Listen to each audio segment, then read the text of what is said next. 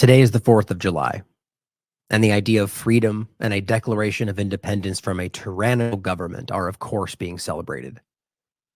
Yet we have our illusions, our preconceived and entirely engineered notions of what freedom actually means today. Except the term freedom is not really up for debate. It's quite clear, in fact, the absence of necessity, coercion, or constraint in choice or action. Despite this very clear definition, how it is perceived has seriously changed over the years, which is by no means an accident. The Declaration of Independence set forth the ideal. All people have been endowed by nature and the Creator with certain inalienable rights. That is, rights that cannot be taken away or destroyed by anyone, including one's own government. In fact, as the Declaration points out, the purpose of government is to protect the exercise of these rights, not infringe upon, alter, or destroy them in any way, for any reason or justification. Now, most of the founding fathers did not before, and certainly did not after, truly embody and live these ideals, which is likely due in part to a lack of desire to do so, meaning some may not have truly believed what they signed. But it is also in part, and I would like to believe it's the larger part, due to the reality that the framers were simply striving to achieve a society that reflected the values in the Declaration. Not that they could just sign this piece of paper, snap their fingers, and the world would all of a sudden be just. We did then, and still do now, need to work toward the creation of this world, and then work to maintain it. Today, the idea of freedom is muddled, intentionally so, with the idea of safety, security, convenience. We have been conditioned to forget that this country was founded on the essential ideals of limited government and freedom of choice in every regard, which absolutely comes with a measure of danger. The world is not without its dangers, and no government presence, authoritarian or otherwise, can ever remove that danger from our lives. It can only replace it with one of its own creation, which is entirely the point. The ideas of limited government and freedom of choice should not be misunderstood, however, as the allowance of that which society deems unacceptable or worthy of repercussion or exile. But the point being that such choices were always meant to be societies, the individuals, and not that of an uncontrollable, unaccountable, technocratic oligarchy, which is what we see today. In a truly free society, that which the founders were arguably aiming to achieve, there will be flaws, faults, and mistakes. But those are ours to make as a community, as individuals, and not to be overseen or entirely overcome by a faceless ruling entity that has no real understanding of what each specific community holds dear or ultimately values. If said community falls victim to corruption or manipulation, it is the right of the community themselves to remove those doing the manipulating, as is our inherent right, as outlined by the Declaration of Independence, and point of fact, even in regard to the federal government itself. To quote the Declaration, whenever any form of government becomes destructive of these ends, it is the right of the people to alter or to abolish it. The simple realization that such a right has been removed from possibility should show us just how illusory our freedom truly is in this country. People have been convinced by a manipulative government that it is wrong of them to point out the faults of that government, when in fact it is our very duty to do so. I love this country, despite what the jingoistic sycophants out there might say. And everything I do today is in service to the United States, as well as the rest of the world. But you see, when I say the United States, many immediately think government, which would make the founding fathers cringe. They are two very different things, and many powerful people have worked very hard to make you forget that. I fight for the people of the United States and the people of the world, not the governments those people allow to be in power. So again, saying I love this country, as hopefully you can now see, is not the same as saying I love this government. Unquestioningly supporting the actions of your government is not patriotism. That is subservience. And saying so does not dishonor all the men and women who were deceived by the state, as many of them truly believed their actions to be in the service of good, even though, more than you might think, come home with quite a different perspective. Patriotism is being critical of your government with every decision they make, regardless of one's political affiliation. That was what this country was founded upon, and that which has been stolen from us with years of subtle and not so subtle conditioning. Our duty is to our fellow Americans, not the government officials who we are supposed to put in place. Yet that too has been stolen from us.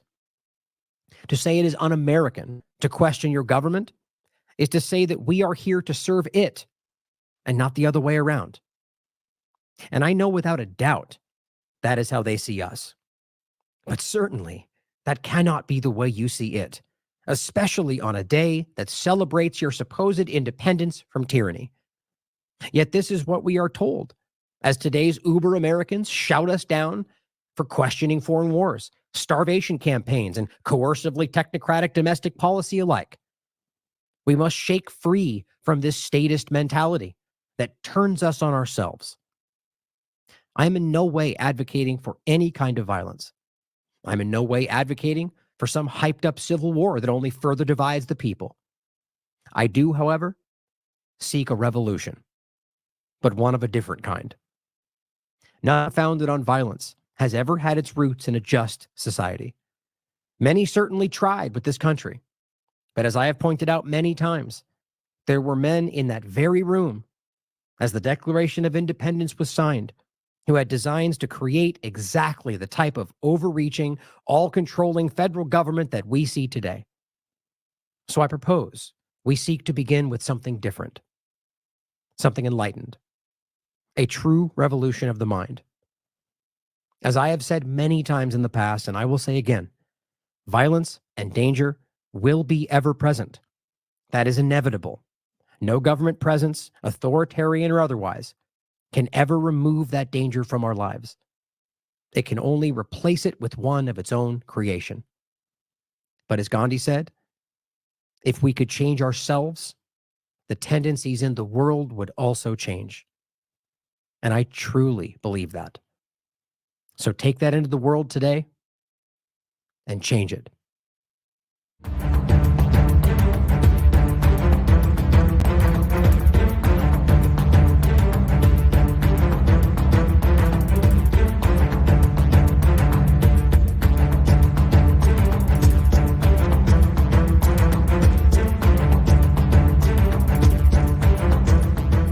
Welcome to the Daily Wrap-Up, a concise show dedicated to bringing you the most relevant independent news as we see it from the last 24 hours.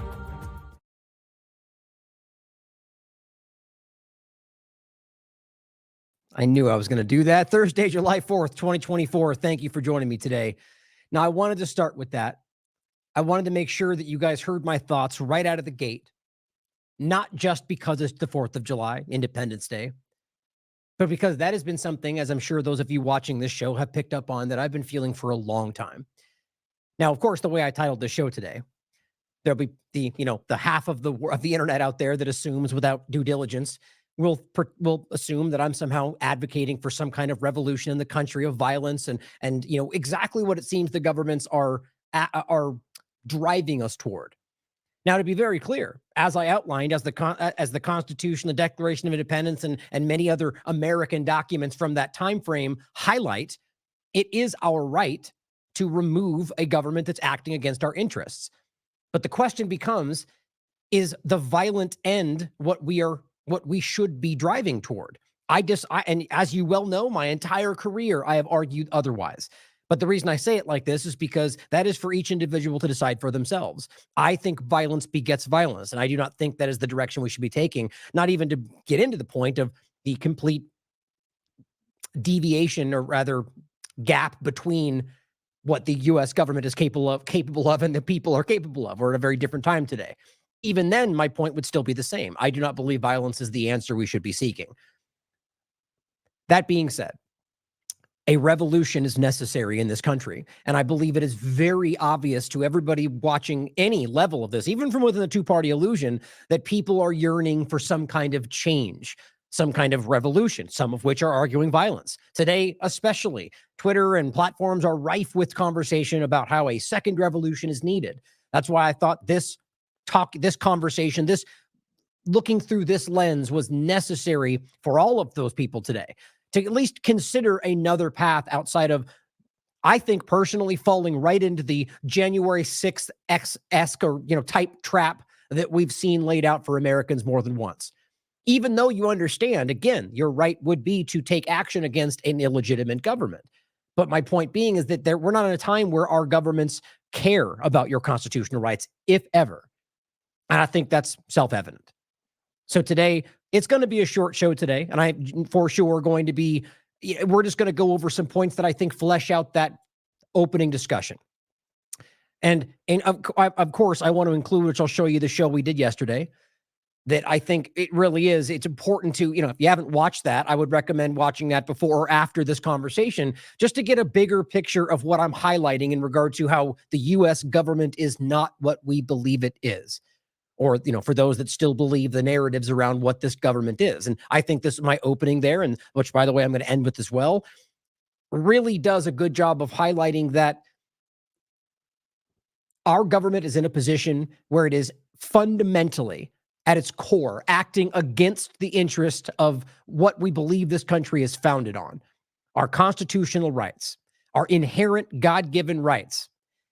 And if we know that, if we can see that, narrative aside, understand, whatever the justification is around the Second Amendment, all these different arguments we get, these are inherent God-given rights. Now, you can disagree with that. That's a fair point to make. The problem is that our government comes from a position that the people that are making these arguments literally swear an oath to office on that Constitution. And in every other point of their career, point to it as if it's something to be protected, because it is. But then, with every action they take, it seems, challenge that, undermine it, try to remove it, even though the point being, it's not something that can be removed. Inherent rights are present whether or not they ever wrote that on a piece of paper. And this also overlaps, which we're not really going to get into today, because my focus today is about an American perspective of what we're dealing with, but this also includes the conversation of foreign influence and what we're seeing from Israel, from Zionism, from other countries as well. Because I don't believe our government is acting in the interest of anything other than, in an immediate point, their own personal self-interest because of the positions of power that they have, which I don't think are justified. And I mean that for many reasons, not just that the position itself is invalid, but on top of that, because as a whole, it is very clearly acting in the interests of something that is not about American well-being or for the world.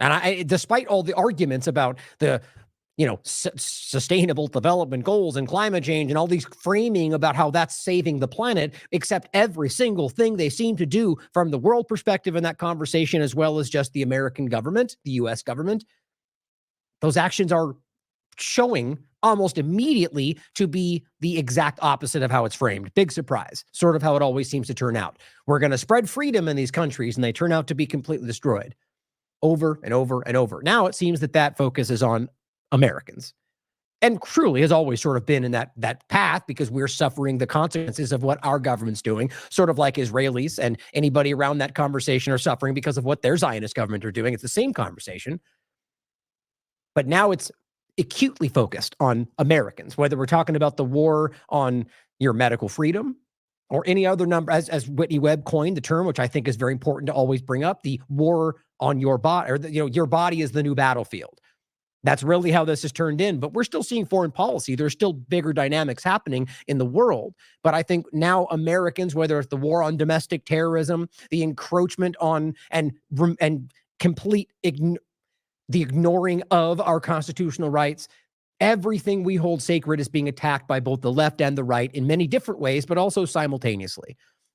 So what we'll go over today, much shorter than usual show, are going to be some of the points that truly flesh this out more. And statements from JFK, Eisenhower, for example, and people that did try to warn us about what this was and question some of the points that I made to begin here. Whether or not we have lost some of the things that we believe again, question fundamentally whether we ever truly had them. But it's more relevant now to ask whether or not we have lost them as opposed to whether we ever had them. I believe that as Americans, as I've said many times, whether it's the Constitution or other tenets of what we believe this country is, whether that's the case or not, are rooted in Americans and what we believe, whether or not the people in power had ever thought those things. They've taken root in what we believe. And I truly believe in the power of the importance of something like the Constitution, in particular the Constitution, but the idea of outlining inherent rights, whether or not that was written down. And I believe in these things. I believe it can be applied in a way that can create a society that is better than what we've seen. And I think that in many ways is what this was an attempt at, as I said in the beginning, striving for something better. That's all we can really do. So let's go through some of these conversations. I wanted to open with where that recording, which is posted here, by the way, on our Substack. It is time for a new revolution, July 4th, 2024. And it's just the transcript, essentially, of that. I wanted to put this out on its own. So if you guys wanted to share this outside of the daily wrap-up, it's something you could access. And I also posted it on Twitter as well, just as the recording on Twitter, but also the Substack post. Because I think this is an important concept, just the thought process that I don't think a lot of, especially in the two-party paradigm, the dynamic there, the duopoly, they tend to oscillate between the two extreme sides, when in reality there is a path out of what we're dealing with that does not include the same old two choices that keep us wrapped in the same hamster wheel. And again, this will be included, the show from yesterday. Israel admits Hamas can't be defeated, yet Gaza attacks continue. And the point really of the overarching show, the morally bankrupt U.S. government, which is not, as I made a point in the beginning as well, the same as the country, the people. The U.S. government is very separate from the country, but they have spent decades convincing you that they are the same for a very clear reason. And I'll leave that for a point that I'm going to read a great post from Brad Miller from today as well. Oh, I forgot to remove that. I thought for a second this was some censorship on Facebook, or rather our YouTube channel. Turns out it was just a mistake by one of the mods.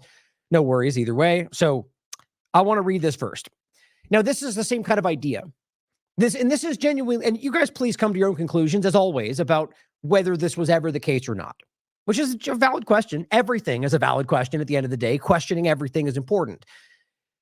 But to ask yourself, my point was, I believe that Jefferson and others really, truly did try to strive for something better, which always doesn't mean that they weren't, as I made the point in the beginning, they are human beings.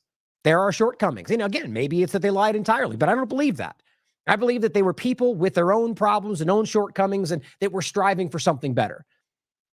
Which, after the fact, you can see that some people faltered on what they thought they would accomplish. Many of them literally had, aspects of their own lives that contradicted what they claim they wrote down. Doesn't mean they didn't truly want something different. And so here's something I wanted to read. This is a letter written to Thomas Jefferson, responding with a letter in response to somebody inviting him to the 50th celebration of the independence of this country. And I just thought it was important the way he responded. Now, the full thing is here if you want to read it. It's the other parts of this are less important. It's more just kind of the what's the word they use? The kind of, beginning and opening of a letter, hello, and so on. And the point is saying he's received, just a little bit congestion today. This is a letter on June 24th, 1826. And I think there's a part I was going to read here. Yeah, just this is what it was, just showing you the celebration of the 50th anniversary of American independence. Now, within this, there's one section that regularly gets highlighted. That's what I wanted to read to you. He says, Thomas Jefferson, may it be to the world, in regard to the Constitution of the United States, or rather the Declaration of the Independence and the Constitution and so on. The idea that the vision for what this was supposed to be. May it be to the world what I believe it will be. And he writes, to some parts sooner than others later, but finally to all, the signal of arousing men to burst the chains under which monkish ignorance and superstition had persuaded them to bind themselves. and to assume the blessings and security of self-government. Very different than what we're talking about today, understand? That form which we have substituted restores the free right to the unbounded exercise of reason and freedom of opinion. All eyes are opened or opening to the rights of man. The general spread of the light of science has already laid open to every view the palpable truth that the mass of mankind has not been born with saddles on their backs, nor a favored few booted and spurred, ready to ride them legitimately by the grace of God. As in the monarchies sent by God. He says there are grounds of hope for others. Or these are laying this out for people to see the path, is point. For ourselves, let the annual return of this day forever refresh our recollections of these rights and an undiminished devotion to them. Now, this is where we should be focusing for this day. It should not be, as we're going to show you, the pointing about focusing on the military and servicemen. There are days for that. And in those days, I have another entirely separate speech I've given before about why we should respect the act of belief they're doing the right thing, but recognize that they're being sent to commit crimes, whether they know it or not. That's the truth of how we should deal with these days. But why today would they be focusing on the military? Because that is the idea of conflating the government with the country. And again, the idea of a revolution, 1776, it's important, not the idea of post 1780 conversation, but 1776, the actual declaration. These were average. Some of them were higher status or different positions, but these were average people. Average people. Not the military. Only a militia when made to be such, in some cases. The point being that it's a weird focus for our government today to try to make this about themselves, and try to make it about their elections, to try to make it about the military, try to make it about the idea of government power, and cheering it on with some hot dogs and fireworks. Which in no way is to suggest you should not be enjoying today. There is something to be celebrated about what happened in 1776 and the decades afterward. 100%, because I do believe that that was an act in good faith, whether or not there are people in that room that didn't truly believe in the vision. The point is, what he's highlighting here is what we should be focusing on. We should be celebrating that act, the bravery that brought that to reality, brought it to fruition, and the fighting for those things. And that means today we're celebrating the fact that we have a right to fight for these things and realize that they have been taken from us. It should be a day of motivation to recognize that, yes, we have the path laid out for us. And I don't mean violence as much as that is still one of the possibilities, despite the reality of what I want. The path is laid out for us to seek true liberty and freedom. And people like this, the conversations they've had over the years highlight that, not about government, not about anything other than self-governance and independence and liberty and the reality of striking your own path. One great quote that I think is relevant from Thomas Jefferson is he says, "I prefer dangerous freedom over peaceful slavery." It's just so simple, isn't it? And as I said at the beginning, of course, there's going to be danger in life. That never gets removed. That's an illusion. The government simply creates another version. Justifiable violence and danger, and because they're somehow in control, doesn't seem to be the case to me. But the reality being that dangerous freedom is where and again, it's sort of a manipulation, or it's making a point. I would argue we don't necessarily live in a position of freedom. We live in a position of controlled allowances, which may very well, in your opinion, may be better than the rest of the world. That doesn't change the fact that it is not what we are promised. It is not, in fact, what we are within the context of this conversation, and I believe in a general sense, God-given. Over peaceful slavery, right? Which is the idea being, well, to be clear, what he's actually saying before I get off on all my dangerous freedom is the reality of what we're striving for. The idea that we have the right to do whatever we want in a context of freedom. You could take that in extreme ways, but simply meaning that we have a right to strike our own path in life. And that does come along with personal danger because you're responsible for your safety, for your freedom. Over the idea of peaceful, which again, that's not even the reality, which is kind of the point I was making to begin with, slavery. Where sure, you're arguably less, they say devoid of danger But that's still not even the case. But you are completely controlled in your life. You're not allowed to go here at certain times. You have to take this at certain moments. This is your government. And the whole reality is that the federal government was something that was not even part of this vision. And this, I think, is a point I was referencing a second ago, which is really important to think about. This simple meme for the podcast. It says, you're celebrating today because ordinary citizens had, quote, weapons of war. Now, of course, the weapons of war is the framing of today about like the more advanced weaponry, but it's still the same point. That at that time, these were the highest level of weapons for the most part, and they were owned by average people. Now, had they been in a position where the British government had made the reality that, well, average people shouldn't be allowed to have these highest levels of weapons, the same weapons we use in war, that's dangerous. Explain for me how this ever would have happened. Certainly possible they could steal them and so on, but realize that we're celebrating a revolution. Well, I'll point about that in a minute, about the fact that they're so desperate to hide the idea of revolution on the day we're celebrating revolution. Why? Because your government's terrified. Why? Because they're not the same people that we talk about from the beginning of this. They're not embodying the same ideals as the founding fathers. They are exactly what the founding fathers were fighting, which is why they're terrified of the idea of promoting revolution. That's why they try to redirect it into the idea of jingoism and pro-government military conversation. Because ordinary citizens had weapons of war. Rather, ordinary citizens were armed. Now, there's plenty of people around the world that simply disagree with that. They think it's an American concept to be, armed and rights and so on around guns. Canada seems to be very similar, but the point is, whether or not you agree with it, understand the logic of that point. How else does an average person throughout history fight back against a larger power? I think it's important to think about. And that's not in any case to argue that there should be, random and violence all the time. The point is that people protect themselves. And if there is action that is taken that is outside laws or community, like this is the point about the idea of, and this does interestingly border with the idea of an anarchistic society, despite the world's misunderstanding of what that word means. It means no rulers, not no rules. But the idea is that in a society that is guided by that, well, the people that commit crimes and violence and so on get pushed out of that community. And yes, because other people have the potential to protect themselves as well. But the reality is we're in a position where the government says, don't worry, we will take care of all of that. But then in a real sense, that's not actually what happens. I've made this point a lot about the police and so on.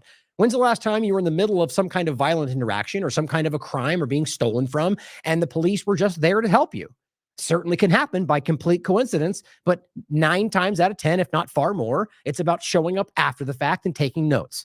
Maybe that does translate to them catching the guy and so on, but the reality being that it's more about enforcement as opposed to protection. And yet they want to disarm you so they can protect you or so they can enforce the laws on you. Now, I want to read this from Brad Miller, which, by the way, we had a really great discussion. Oh, actually, I grabbed the wrong one. I'll include the other one when I get done. This is the first one from August 2nd. We recently had an in-studio discussion about a lot of the same stuff we're talking about today. Israel, liberty, the loss of this country, and the COVID-19 overlap. But I want to read this to you. This was one he wrote last year, July 4th, 2023. He says, looking to the past. Independence Day is naturally a day in which we look to the past. We are celebrating an action that occurred in our nation's history and reflecting on that action's significance for our present day. Or at least we should be. And to be honest, Independence Day is probably one of those days that most people understand, at least superficially, unlike Memorial Day, which few Americans understand at all. Really, the same point, because it seems to be so manipulated and focused on the support of government warfare and military power than the reality that we're talking about people that have been tricked into committing crimes overseas, which is what people like Brad Miller and plenty of, and again, the point being that more than you would believe, veterans come home and will tell you exactly the opposite of what the narrative is. But he says, Americans know that a war was fought to free the colonies from the British rule. As with all history, there's probably been a fair dose of exaggeration and propaganda that has become part of the American telling of the story. This happens with any significant event in history. It should not be that surprising. Now, looking to the present, He says, I mention the exaggerations that have become part of our perspective of the country's history because they make our current position that much harder to believe. How have we, a nation forged of battle, freely given up our own freedoms? If you have ever asked yourself what you would have done at the time of the war for independence or any other time of tyranny, this often gets the same point for World War II. He says, you have that answer. Remember, this is 2023. He says, you now know exactly what you would have done. The last 3.5 years have painted a clear picture as to what we all would have done. That's not the same for everybody, mind you. He says, in the mid-1770s, had you lived then, you would have done exactly what you did in the early 2020s when faced with tyranny. I believe that. He says, after all, we faced more widespread tyranny, abuse, and oppression over the last 3 years, this is 2020 to 2023, than the British ever implemented onto the colonists. The British did some terrible things, but nothing coming close to the scope of the COVID operation. If you fought for freedom over the past 3 years, then that's what you probably would have done in the mid-19 and 1770s. If you cowered in fear over the past 3 years and you did whatever your overlords told you to, then you would likely have done exactly that 2.5 centuries ago as well. If you looked for others to fight your battles over the last 3 years, then you would almost certainly have done just that back in the revolutionary days as well.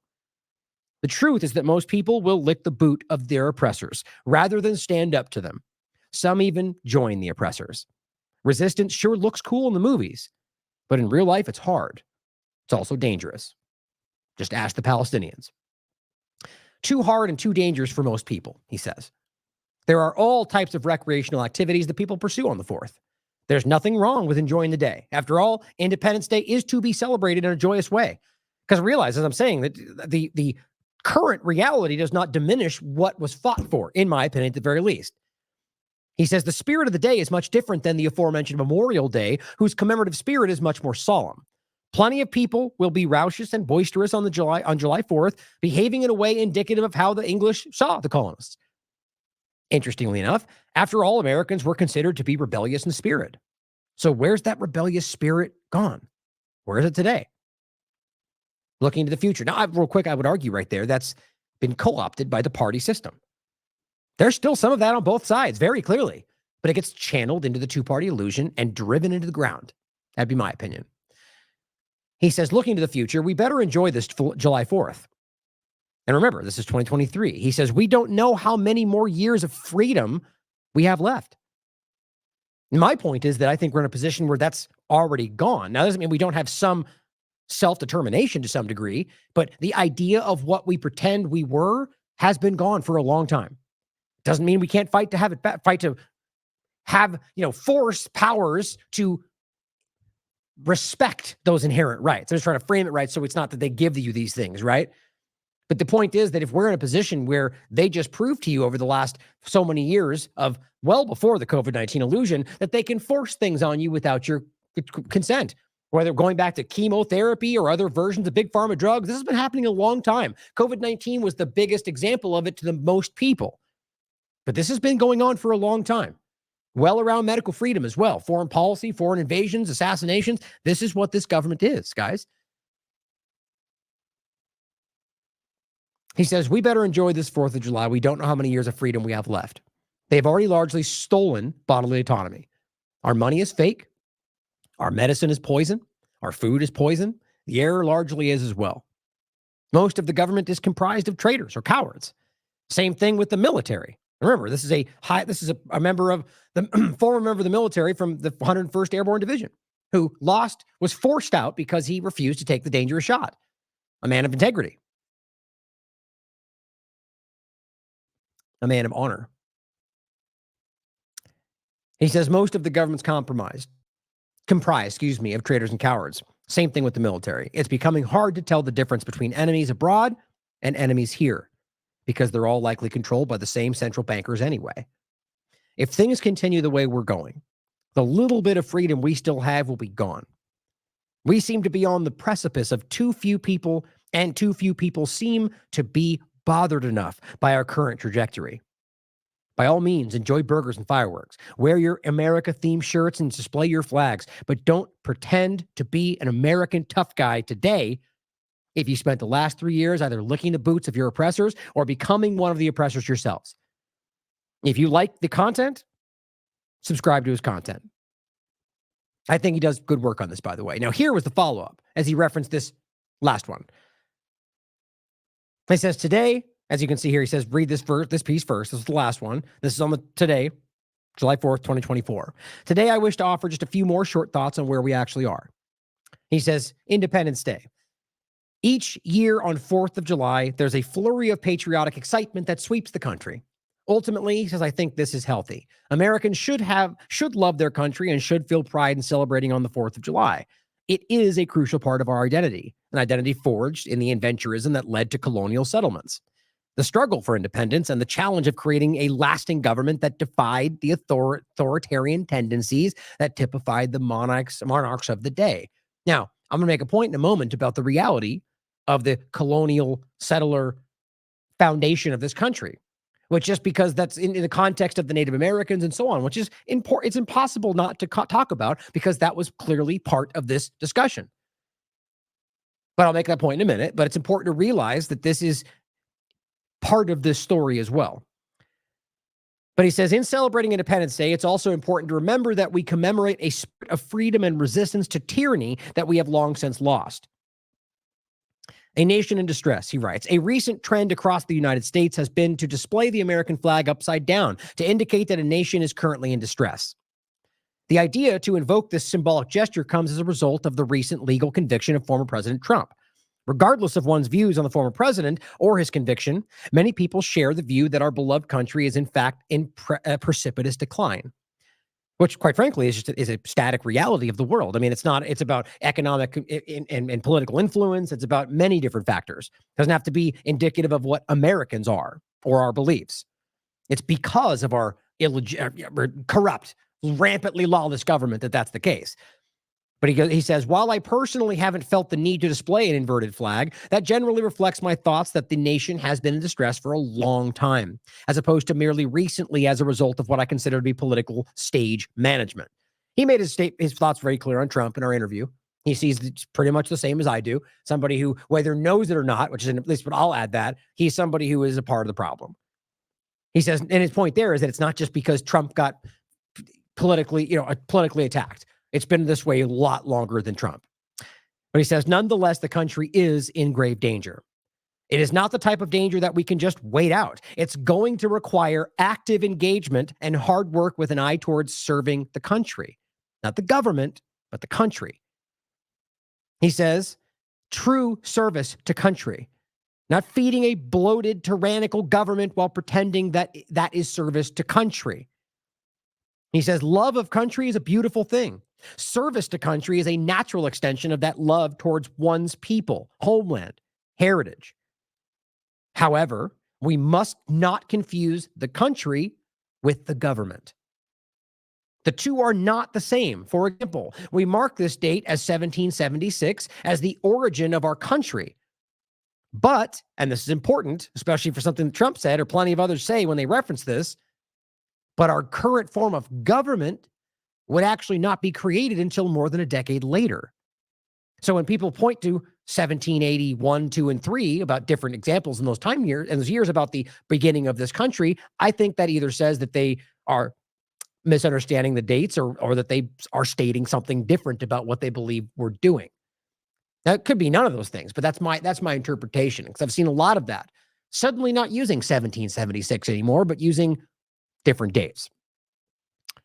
He says it's also important to note that our country began in 1776 simply by declaring independence, and not years later by signing the Treaty of Paris with the British in 1783. In other words, the act of declaration itself served as our country's start point, rather than victory in the war for independence. He says, sadly, we seem to have given up so much that we supposedly won, so much that we supposedly won in that war, and have ceded much of that ostensibly hard-gained independence. Equating the country to the government and therefore the levers of power behind the government is not only factually inconsistent and historically inaccurate, but it's also problematic in a deeper sense. Government was instituted to safeguard those hard-won freedoms, and yet now we're in a situation in which we struggle to preserve our freedoms from our own government. We currently find ourselves in a situation not only in which service to government can no longer be considered service to country, but also in which service to government can be considered a disservice to country. Conclusion, he writes, a sense of collective identity is essential to preserving culture. An identity of independence is therefore necessary to maintain a culture of independence. Grilling burgers, knocking back a few cold ones, and screaming America during fireworks displays, all while clad in your American flag patterned shorts and hollow gestures, if during the rest of the year, or he says, oh, I think it's left out there. It says grilling, basically, so if you're grilling burgers and doing all the typical stuff on 4th of July, yet in the rest of the year you bend the knee to those bleeding you of your health, wealth, and liberty, clearly there's a contradiction there. He says this freedom charlatanism is almost a mockery of the spirit of independence held by previous generations. It's important. This is a very two-party illusion concept on both sides, quite frankly. Now, yes, you have a much more of a thread, a vein going through the left side of this conversation that seemed to be sort of, and I mean like genuinely anti-America, as opposed to even the government, just like the idea of the Constitution and things that I argue are the country point as opposed to the government. That's there too, and that's easy to see. But understand that on both sides of like the true two-party illusion, we're seeing levels of, and like just look at Congress, for example, on both sides. You get the same platitudes, the same points, praising the idea of our freedom and liberty. And people support this with these hollow gestures of, this exactly what he highlighted, fireworks and grilling and the same things we see every day, which are completely disconnected from the reality of what that origin point was. It's consumerism, like all of our holidays seem to be. And then clearly padded with all the commercials and all the things we see with the idea of military might. That is being a charlatan, in my opinion. I completely agree. And is contradictory to what previous generations bled for.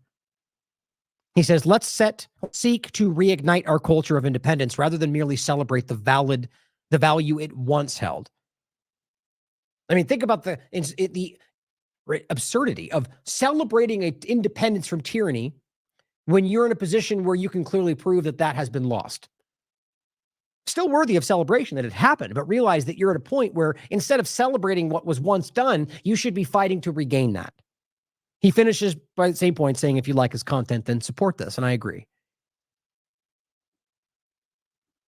Now, what's important to highlight, and this, you could argue this is even contradictory, because right now a lot of people are getting sort of a crash course on settler colonialism. I think I always said it reversed, but the point being that we're watching that be explicitly demonstrated, even though it's been going on for 75 years in Palestine, but seeming today people are finally seeing it. And the point is that that's supposed to be unsavory. We're not supposed to, that's not who we are, even though it really is. And I mean, the governments, they're the ones saying that's not who we are. It's not who we are as a country in regard to the peoples, because we've embodied these ideals that we've repudiated these things, knowing that they came from a foundational point of this country's origin. My point is that they stand by that and say, yes, we don't agree, but then continue to endorse all of it. Now, the interesting point is 1776 from the actual declaration on this little graph, you can see land of Native Americans and the stolen land throughout all the way up to 2019. This is settler colonialism. That's what this is. You're occupying, taking land from the natives, driving them out. Now, interestingly enough, Thomas Jefferson was seemingly very pro, at least, as the narrative goes, Native American, but at the same time seemed to be very of the same mindset that the land should be taken and given to white people. And I just think it's important to understand that this is a part of this foundational discussion. But just like I said, it's simply something you could argue that means that none of it meant anything, which I disagree. I think it was about a different time where people were at least striving to do something better. And some of them, you can look back and argue they didn't agree with this. But at the end of the day, it's about stepping in the direction of positive change. And I think our government very quickly, I mean, like within the first so many presidencies, went back in a very dangerous direction. And I think that's why this got I mean, if you look at the graph all the way to today, I mean, it's an insult. It's the opposite of what we pretend we are right from the beginning. But all that's to say that the people of this country, as I'm highlighting, clearly believe that we are not that. And that's what we should be fighting for. The belief that we can be better. Now, I recently had a really amazing interview with Corey Hughes. Was Israel behind the assassination of JFK? Now, I'm not going to again to a lot of these other points. We're going to probably tomorrow or the next day, we'll go right back to our coverage of what's going on in the world. I want to include this because we're going to play a couple clips from JFK that I think are very relevant to the larger conversation about what we should be worried about, what we should be trying to resist as Americans, right? In the 60s, not in 1776, but the reality of what he sees building, or Eisenhower for that matter, telling us that we see a problem. Military-industrial complex, a scientific elite, we see it coming, and we just ignore it. Or Smedley Butler, war is a racket, and many other examples where they say, here's the problem, economic hitman. And yet we seemingly continue to, I think because of the two-party illusion, zombie walk forward. So I wanted to include this interview because I think it's important to understand where I believe the evidence points in this. But let's play a couple of clips of JFK speaking about the problem that I believe we've been overcome by. That we have an opportunity more than ever today, I think, to change this. But just realize that this is not new, and people have been trying to warn us about these things for a long time. The very word secrecy is repugnant in a free and open society. And we are, as a people, inherently and historically opposed to secret society, to secret oaths, and to secret proceedings. For we are opposed around the world by a monolithic and ruthless conspiracy that relies primarily on covert means for expanding its sphere of influence, on infiltration instead of invasion, on subversion instead of elections, on intimidation instead of free choice. It is a system which has conscripted vast human and material resources into the building of a tightly knit, highly efficient machine that combines military, diplomatic, intelligence, economic, scientific, and political operations. Its preparations are concealed, not published. Its mistakes are buried, not headlined. Its dissenters are silenced, not praised. No expenditure is questioned, no rumor is printed, no secret is revealed. That is why the Athenian lawmaker Solon decreed it a crime for any citizen to shrink from controversy.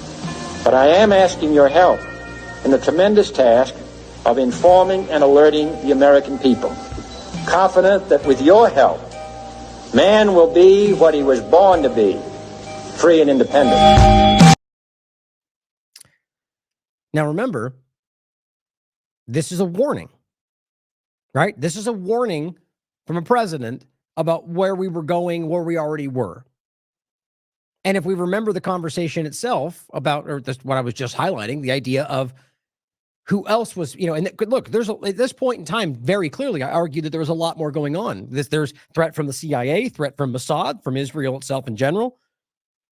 Not forgetting the fact that JFK at the time was very clearly right the day before and well before that threatening to force AIPAC to register as a foreign agent, was forcing highlighting the Dimona laboratory of nuclear, basically highlighting Israel's nuclear program, both of which, I think Ben-Gurion at the point argued that was the end of Israel to highlight these things. And then JFK was assassinated. Now you can argue that something else happened here, or the shattering of the CIA. I think the point is that you can see in this conversation that there are multiple entities that were acutely involved in this that were essentially Mossad and CIA. So it doesn't have to be one or the other. The realization that a different power structure of the world did not like the change he was presenting. And it's important to take a warning from this. Now, here's another one about the fact that, from a different angle of this, It's that JFK was highlighting that the U.S. government at this time was already projecting itself around the world like some kind of world government entity, the exact opposite of what we were told we're supposed to be. I mean, challenging some of the most important tenets of what the founding fathers laid out. And yet here we are doing it 10 times worse. And even Trump's many statements before being elected was that we won't be the policeman of the world. We won't force our things on other people. And then literally went on to do just what every president does, and in many cases, even further. We must face the fact that the United States is neither omnipotent nor omniscient, that we are only 6% of the world's population, and that we cannot impose our will upon the other 94% of mankind, that we cannot right every wrong or reverse each adversity, and that therefore there cannot be an American solution to every world problem. That's today. That's exactly what we see today, right? Or at the very least, the problems that they see a benefit in for themselves and don't even essentially try to solve the problem. Usually, in fact, claiming to try to solve it, exacerbate the problem in order to be able to pretend to solve it later. Always at the expense of everybody around them. And this is not my opinion. Look at the history. Look at what's been going on. Look at the constant destabilization, invasion, assassination. It's not to say that there are no people trying to do better, but we can see the direction this government has taken and is continuing to take by supporting the most obvious genocide that I've ever seen. Now, there's a couple of clips I'll play as well from Eisenhower saying very similar things. In this case, about the rise of the military-industrial complex. And yet again, sleeping, we let this go by. We annually spend on military security alone more than the net income of all United States corporations. Now, this conjunction of an immense military establishment and a large arms industry is new in the American experience. The total influence, economic, political, even spiritual, is felt in every city, every state house, every office of the federal government. We recognize the imperative need for this development, yet we must not fail to comprehend its grave implications. Our toil, resources, and livelihood are all involved. So is the very structure of our society. In the councils of government, we must guard against the acquisition of unwarranted influence, whether sought or unsought, by the military-industrial complex. The potential for the disastrous rise of misplaced power exists and will persist. We must never let the weight of this combination endanger our liberties or democratic processes. We should take nothing for granted. Only an alert and knowledgeable citizenry can compel the proper meshing of the huge industrial and military machinery of defense with our peaceful methods and goals, so that security and liberty may prosper together. As we peer into society's future, we, you and I, and our government must avoid the impulse to live only for today, plundering for our own ease and convenience the precious resources of tomorrow. We cannot mortgage the material assets of our grandchildren without risking the loss also of their political and spiritual heritage. We want democracy to survive for all generations to come, not to become the insolvent phantom of tomorrow. From the President's office in the White House in Washington, D.C., we present an address by the President of the United States, Dwight D. Eisenhower. Same discussion. Holding scientific research and discovery in respect, as we should, we must also be alert to the equal and opposite danger that public policy could itself become the captive of a scientific, technological elite. And both are here and have been for a very long time, right? I mean, it's undeniable. We've been warned over and over and over. And yet, when you bring these things up, in many cases, it's called conspiracy theory. So the problem is that this has been there. The positive of today is that because of many different things, we have an opportunity. people are listening. People in the two-party illusion are seeing things that they've never seen before. There's an opportunity to change that we need to lean into.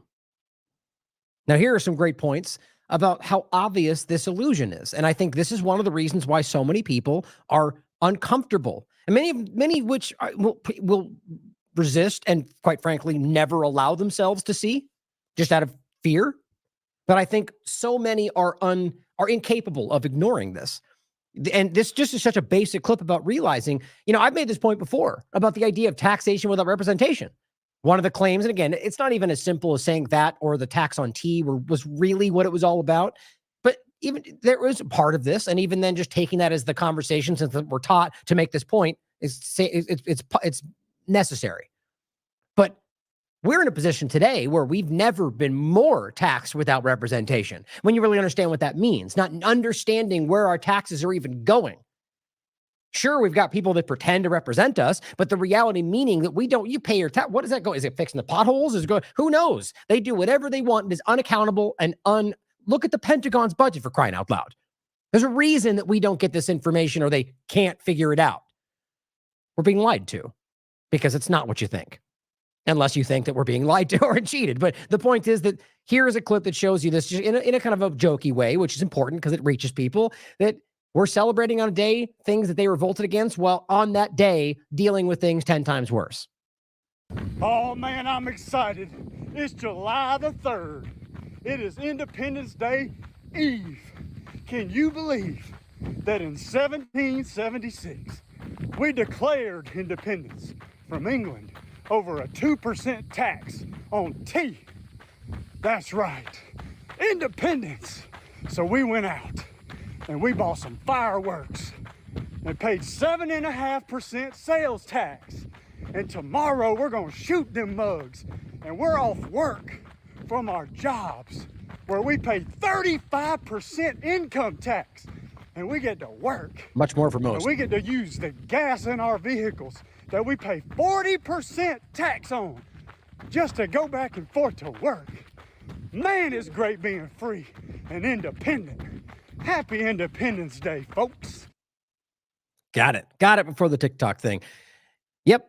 I mean, look, obviously there's arguments to be made about things that have changed in different, finances and economy, but the point is the same, that it's unaccountable. And these taxes that are being applied, realizing before a certain point in our country, I think, 1913, the income tax didn't exist. We're being extorted in the same ways that people going back before the revolution were. It's exactly the same thing. Now, you may disagree, but I think history is repeating itself and it's very clear. But my point, again, is that violence is not the answer.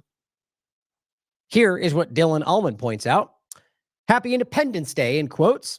Just another little rap meme. Says, plans for this weekend. Get in my registered car, drive to the store. Show my mandatory government ID to purchase the beverage I want to consume. Go to a licensed fireworks stand. Also show my government ID. Pay taxes on all items listed. Drive slow enough to a town where fireworks are permitted. Celebrate freedom.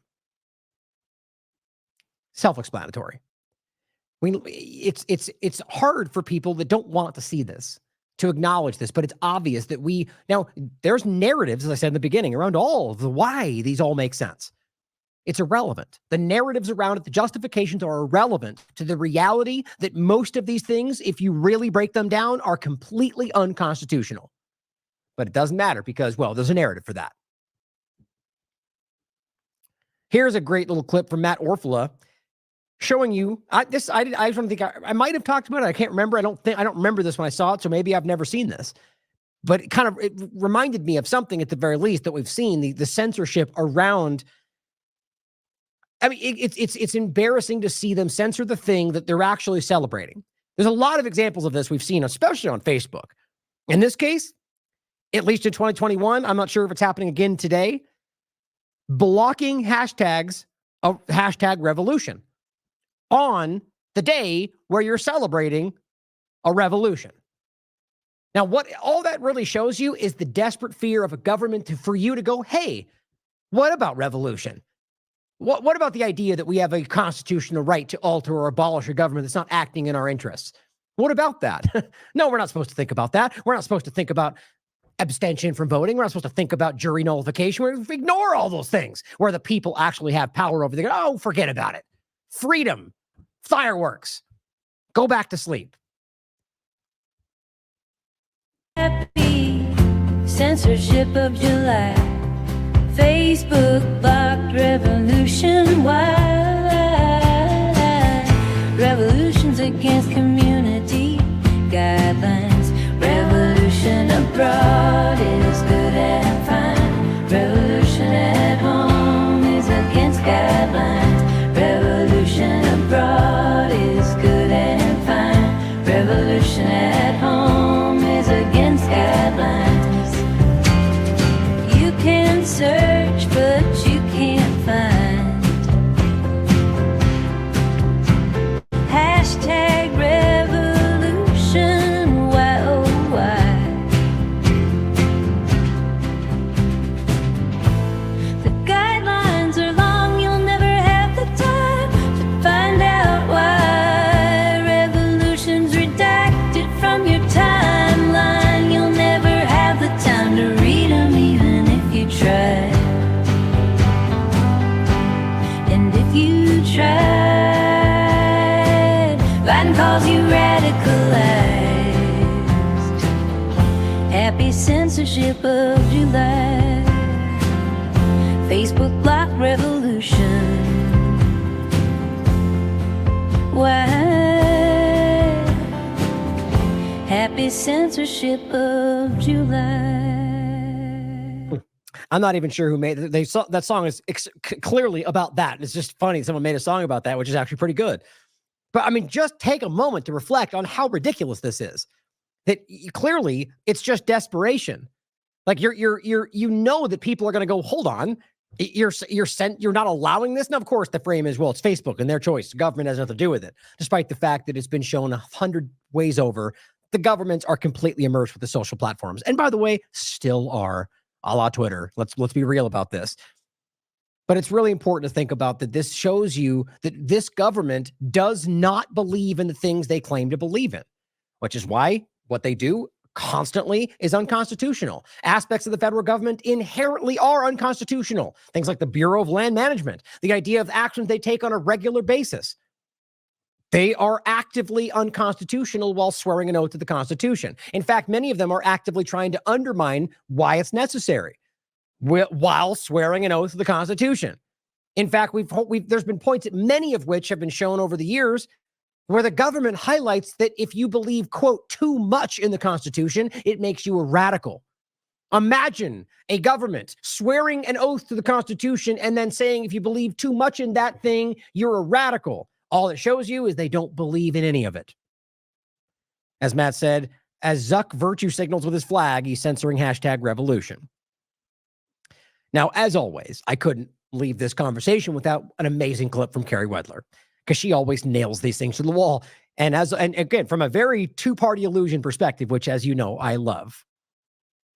Believe the Redcoats massacred those colonists in Boston? Those thugs were armed with snowballs and the Redcoats feared for their lives. The war on them is real. Most were just protesting unjust laws. Redcoats don't make the laws, they just enforce them. You must understand the Tea Party protest against the Crown's unfair monopoly. If those criminals don't like the tea law, they can petition the king for redress, or if they really don't like it here, they can leave. Surely you object to the Redcoats trying to seize the rebels' guns though, right? Those traitors are not law-abiding gun owners. The guns were in defiance of the king's authority and the Redcoats were just following orders. But whenever any form of government becomes destructive to life, liberty, and the pursuit of happiness, it's the right of the people to alter or abolish it. Anarchy and extremism. I know what you're thinking. Breaking the law was acceptable then because it was monarchy, not a republic with rule of law. But do you actually believe the politicians and bureaucrats in power who pay lip service to the Constitution care at all about following it or ever have? That they think rule of law applies to them? It's almost like no matter the form of government, violent authority leads to treading on people's liberties. Your blind subservience to their authority actually guarantees further tyranny. Get in the hell!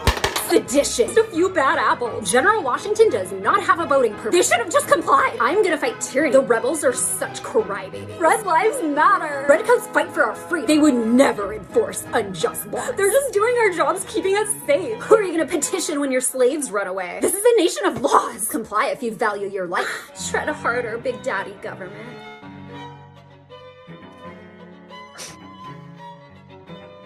I love it. She's always nailing it. I love it. It's taking so many different points throughout our ridiculous narrative time, with media framing thing. I mean, pretty much everything she said there in response was something you would see over the last decade talking, the points about, I'm trying to think of the one she said that stood out to me. Why don't you just comply or things like that? Like, it's just very clear that you can apply all of these ridiculous narratives to a different time. And they seem comically stupid then, like we should have seen them in the same time now. Always nailing it.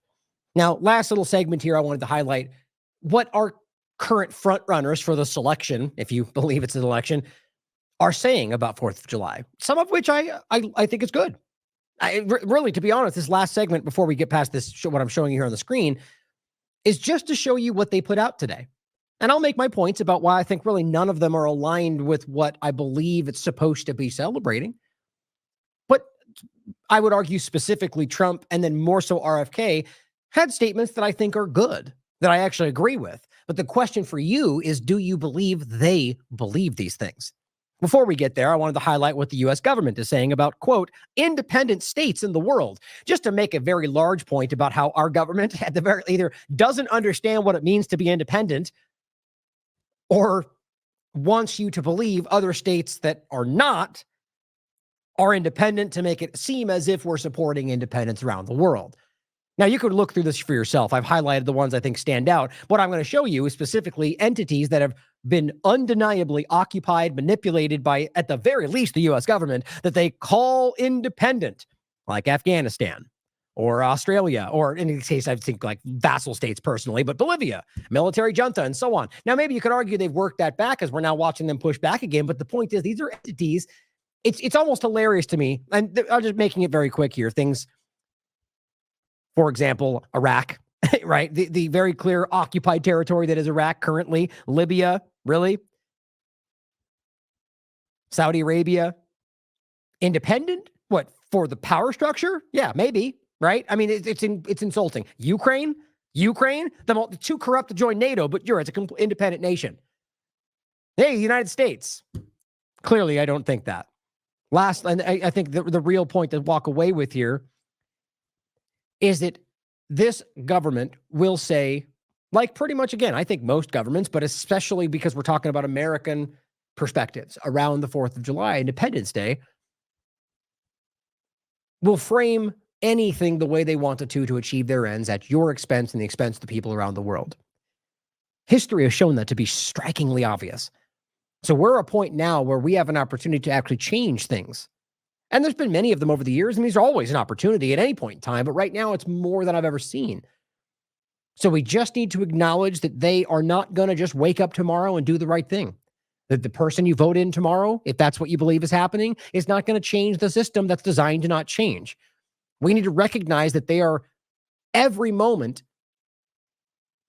further enslaving people, further enshrining their lies in order to maintain the status quo.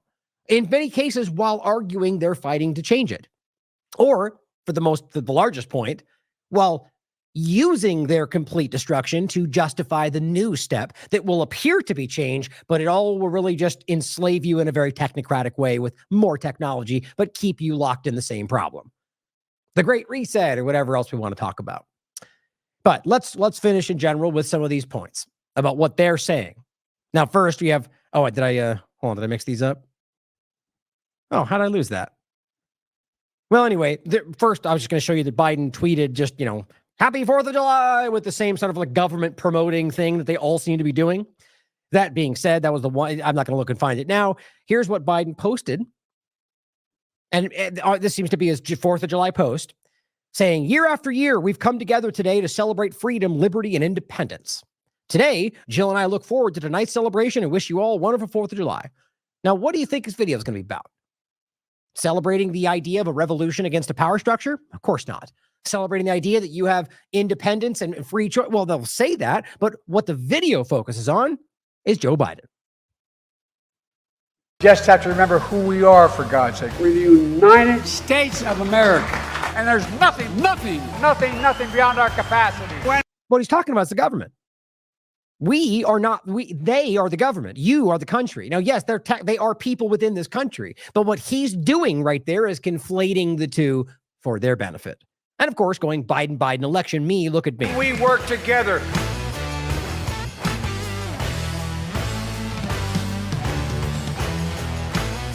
Well, why is it about 4th of July? This is a campaign video. Yeah, that's what it is. Hey, 4th of July, happy Independence Day, Biden, right? This is what we're talking about. These people are not in your interest. I'm again, that's a blanket statement for all three of them. I've been saying that for a long time. But that's not to say that there's not some things that they were. I just think Biden is I think Biden has been. The plan is that he's not. I think everything he's doing is shooting himself in the foot these days, and I think it's intentional. Quite frankly, I think Trump is the selection. Different conversation for another day. The point is that Biden was just ridiculous. Now Trump, a little more in the middle. He says a lot of things that I do agree with, but I don't think it'll speak for itself.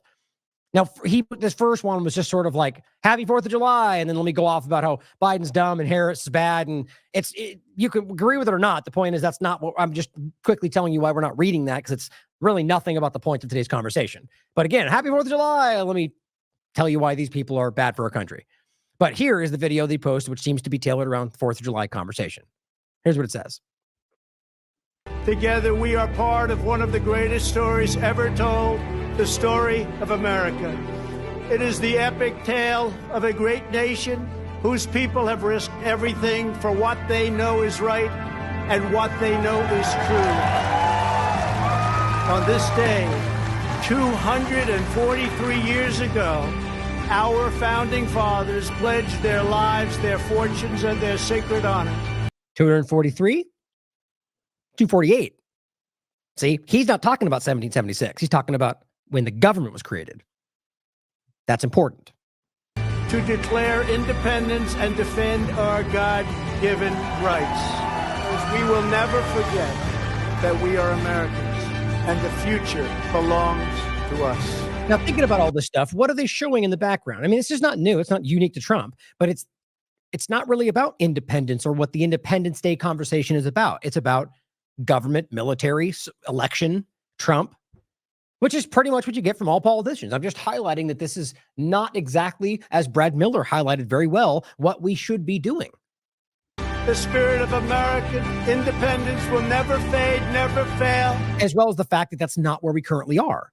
So as we scream and cheer and praise the idea that we are still doing that, that's not the reality in the sense of what the government is leading us to. So what we're talking about is the military actions around the world, whether you think the power structure is actually doing any of this. As Americans, a lot of us want that, tell ourselves that's what's happening, choose to support the two-party illusion, but it's not the reality.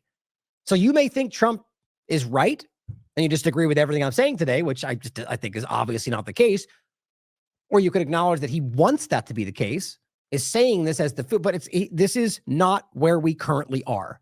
So if we, as I've always said, it's a common statement, we cannot solve a problem if we don't first acknowledge we have one. So if we continue to pretend like we're number one, everything's great in the world, it's just not the reality.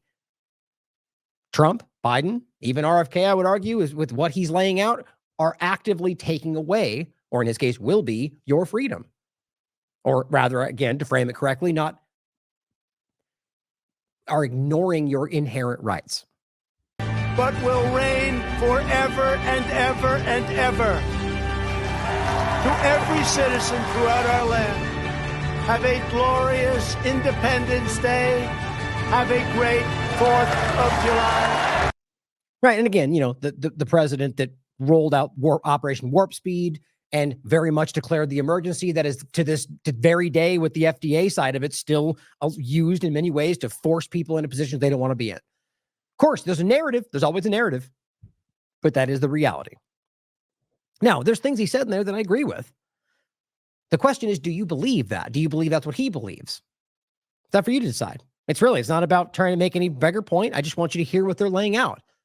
I personally don't think any of these people actually believe in any of this with the actions you've seen all of them take. Now, RFK is slightly different because he hasn't been president, but I think his seemingly committed alliance with Israel, despite what the world sees, as I think he does too, it very much alarms me. I don't know how you can openly defend and advocate for genocide while acting like you're fighting against all of that anywhere else. But for Biden and Trump, their actions in politics have shown you that they don't believe any of this. It's simply a choice to argue a narrative around why it makes sense, despite the actions being completely counter to your constitutional rights. A lot of different things. Or even just talking about foreign policy and assassinations and occupations and just violating the law in general. Now, here's another clip he put out, Trump. That one was more of kind of like an ad, also sort of an ad conversation. This is just him speaking about Independence Day, which, by the way, in this one, there's much more that I agree with. My fellow Americans, Melania and I are truly honored to wish every American a happy Independence Day. It was 242 years ago today in Philadelphia that 56 brave 248 representatives of the American people adopted our... Oh, well, excuse me, I forgot. This one is correct, because what he's saying here is when this was adopted, not necessarily declaring the independence. But I still find it interesting that that's the date that's focused on. As Brad Miller lays out, it's not about when the government was created, it's about the independence of the country. Our Declaration of Independence. Here, let me play it Every again. American a happy Independence Day. It was 242 years ago today in Philadelphia that 56 brave representatives of the American people adopted our Declaration of Independence. They announced to the world that America would be free and America would be independent. They pledged their lives, their fortunes, and their sacred honor. In so doing, they forever changed the course of human history.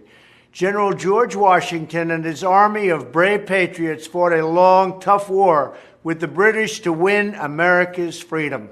When they did. From Bunker Hill to Saratoga to Yorktown, American soldiers fought and died to secure our independence and to make a sovereign nation. Today, as we celebrate the 4th of July with friends and family, let us never forget that our freedom has been earned through the blood and sweat and sacrifice of American heroes. And these were great American heroes. All the more reason to respect them with actually fighting for the tenets they laid out. Again, I just don't believe that he actually believes a lot of this. Sounds like he's just kind of reading a script. And let us share the grateful heart of our nation with every veteran and member of the United States Armed Forces. And that's the point that I want to highlight in this one. What does that have to do with the conversation of 4th of July and Independence Day and people revolting against the power structure? The symbol of our military is the exact opposite, especially to the rest of the world. But to us and to the people of this country that are aware of what they're actually doing, many of which are veterans. But there's no real place to be like, to highlight, look at the military, support the military. As much as there is an overlap to the conversation of the act of revolting against a power structure, which involves, military force, I guess. I'm trying to think of another word than military, but simply just using weapons to fight back. But what we're highlighting today has no connection to that conversation, especially since most of the people that did this were average people fighting for their own freedom. When we can prove that our military goes around the world and suppresses freedom. I know it's a hard truth to swallow, especially on this day. But I think that's very telling. Truly special people. We are in awe of their courage, and we are eternally in their debt. Together, we honor their noble sacrifice by pledging our love and loyalty to our country. See, this is Memorial Day stuff. This is Veterans Day stuff. This is the conflation of everything we're talking with. All the stuff we've made, all the points for the government, with the country, military, and supporting the not necessarily jingoism, but the idea of simply highlighting military might as what we should be celebrating, even though, again, that is responsible for some of the worst terrorism in the world, destabilization of entire countries at the benefit of Israel, the United States, and other Western powers as they extort, steal, rape, pillage, and rob. And not everyone in the military, but the government's behind them. I think that's a very important deviation into a statement. If he hadn't gone there, I would agree with pretty much everything he laid out, whether or not I believe that he meant it. Our flag and our fellow citizens. We are and will always be one people, one family, and one glorious nation under God. Unless you're on the other side of the aisle, but, everybody else, though. Happy 4th of July, and God bless America. Okay, so those were Trump's. Here is RFK's. Now, again, like I said, I find the way he lays this out, I think is very well done. Now, we could argue that, as many do, that there's some anomaly with the Israel part of this, that he somehow is doing this to get himself in power and he'll change everything once he does. I hope it's true. I don't believe it. Just like I said with Donald Trump, I hoped he was the man you guys all wanted him to be. I think that's also pretty clearly not the case. But we can hope, can't we? And I do believe this statement is pretty solid. I'll point out the things that I will, but I think this is mostly where we should be thinking. I'd like to share some of my reflections about the 4th of July with you today. I'm Robert F. Kennedy Jr., independent candidate for President of the United States. The last sentence of the Declaration of Independence reads, "And for the support of this declaration, with a firm reliance on the protection of divine providence, we mutually pledge to each other our lives, our fortunes, and our sacred honor." The 56 men who signed that document knew that if they failed, they would be condemned as traitors to the British Empire. This is why Ben Franklin famously remarked, "We must all hang together or we will all hang separately." The odds were decidedly against the cause of the American Revolution. The idea that these ragtag group of colonists could create their own nation, could challenge the greatest empire in the history of mankind, could create an experiment in self-governance was so far-fetched that most of the world just thought it was fantastical. Yet the cause of freedom triumphed over the forces of monarchy and arbitrary rule. This is the total commitment that I now bring to my own race for the presidency. I became an adult with the words of my uncle, President Kennedy, echoing in my thoughts. We pledge our word that one form of colonial control shall not have passed away, merely to be replaced by a far more iron tyranny. And there is where you have to highlight that he's literally supporting settler colonialism with Israel. How in the world you could make this video and ignore that kills me, because I really would love to believe in anybody that is claiming to change everything. But how do you rectify that? How do you reconcile that? It's just impossible. I mean, the point that he just made was about the idea that, yes, there's histories behind this concept and even the beginning of the United States, but we can go away from that. Yes, except over here, we're completely endorsing that in the worst way possible in the world. I just don't know how you put those two things together. Our opponents represent the forces of censorship, of economic oppression, of imperialism, of endless wars, and all of which Israel represents. And surveillance. The election is only a few months away. God bless you, and God bless America. I really do hope I'm wrong about him, because as I've said many times, that from the very beginning, most of what he brings to the table seems to be shockingly better than the rest of the candidates. But again, this overlaps with the same conversation of whether your vote even translates to the outcome, which we'll have much more as we get closer to the election. But those are the three seemingly front runners in the illusion that is the selection process.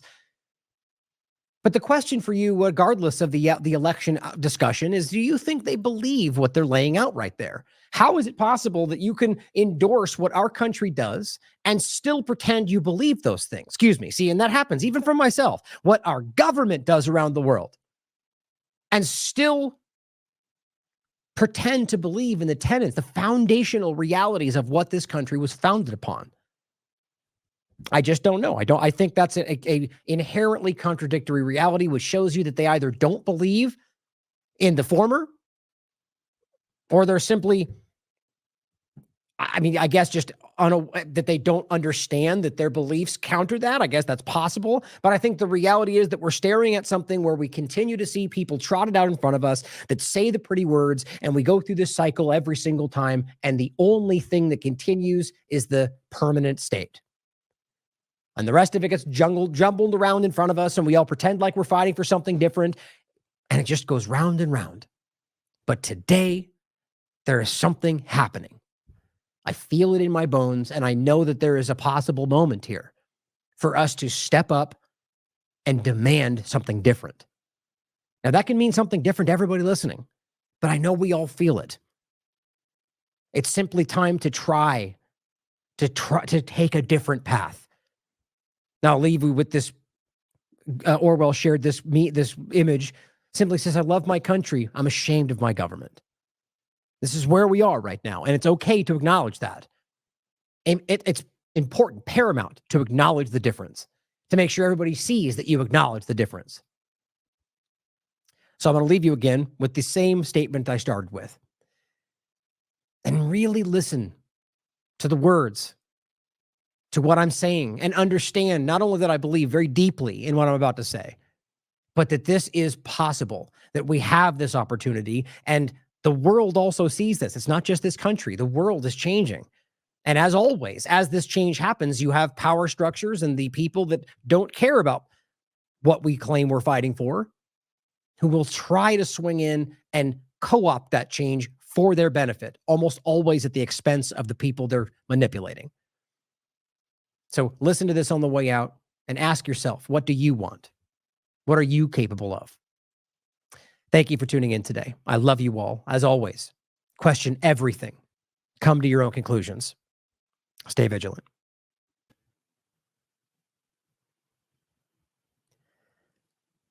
Today is the 4th of July, and the idea of freedom and a declaration of independence from a tyrannical government are, of course, being celebrated. Yet we have our illusions, our preconceived and entirely engineered notions of what freedom actually means today. Except the term freedom is not really up for debate. It's quite clear, in fact, the absence of necessity, coercion, or constraint in choice or action.